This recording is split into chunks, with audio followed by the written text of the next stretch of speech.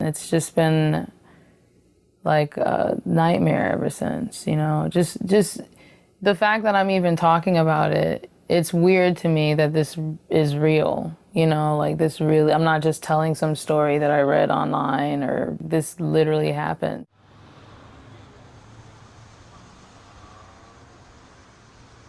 2, 3 in the morning. And this neighborhood is really quiet. You know, there's a lot of kids that live here. There's a lot of families that live here. So when someone brushed up against me, I screamed, like, or shrieked or something. And so I said, "Are you okay?" And he turned around and he basically barked at me and told me to mind my fucking business, you dyke. I told him to watch his mouth, and then he shoved me. I told him not to touch me, and then he started to attack me. He grabbed me by my hair, he started punching me in the face, and he wouldn't let me go. We kept yelling at him to leave me alone and that he didn't need to do that. And then towards the end of it, he yells out that he was a cop.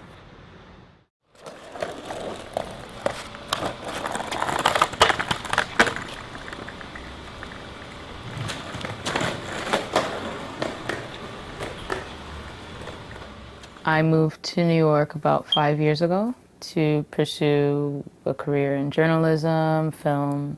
And so I decided to get with my best friend and start shooting things. Shooting a documentary on the Trayvon Martin case. The verdict came out, and we all kind of just like froze, like, I can't believe this is happening. And my best friend blurted out, like, we're not free. You know, you think that if you do the right things and you follow the law and you pay your taxes, you do what you're supposed to do, you're allowed all the freedoms that everybody else is allowed. But really, you're not. Only certain people are allowed that.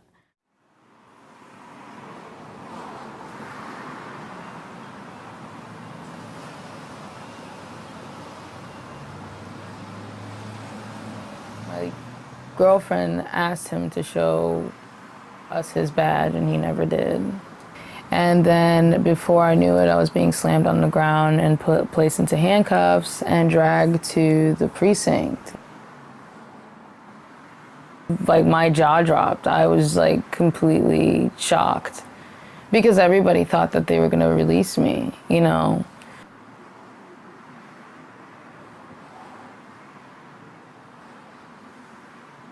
I originally had painted, I used a marker board paint, which I thought worked. And then we wrote this out, and then we tried to erase it and realized that it actually is permanent now. So I decided to just leave it up as like a decoration. And then when I came back, that was like the first thing that I saw walking back into my house. Yeah, I turned on the lights and I turned around and I saw that. And my friends actually came with me and they saw it too. And we all kind of stood here and just looked at it. And it was just like quiet for a good like minute. You know, this was already here, and then I went through something like that.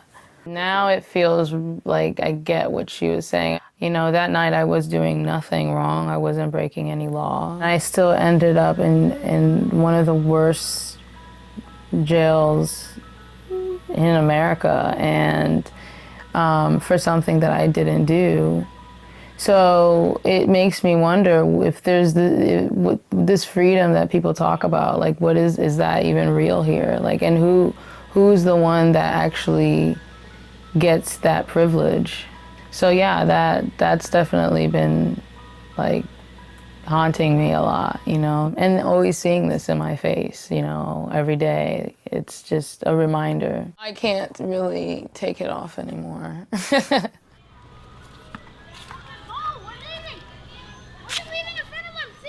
Now it's not the same project that I had thought it was going to be. It's a little different now. It's a little more personal for me.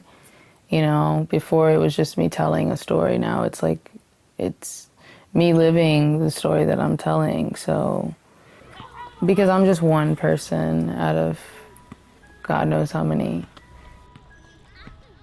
I see things through a completely different lens now, you know. I can't see them the same anymore. They're not just stories anymore. It's not just a headline. This is a real thing that's happening, you know, and it could very well happen to anybody.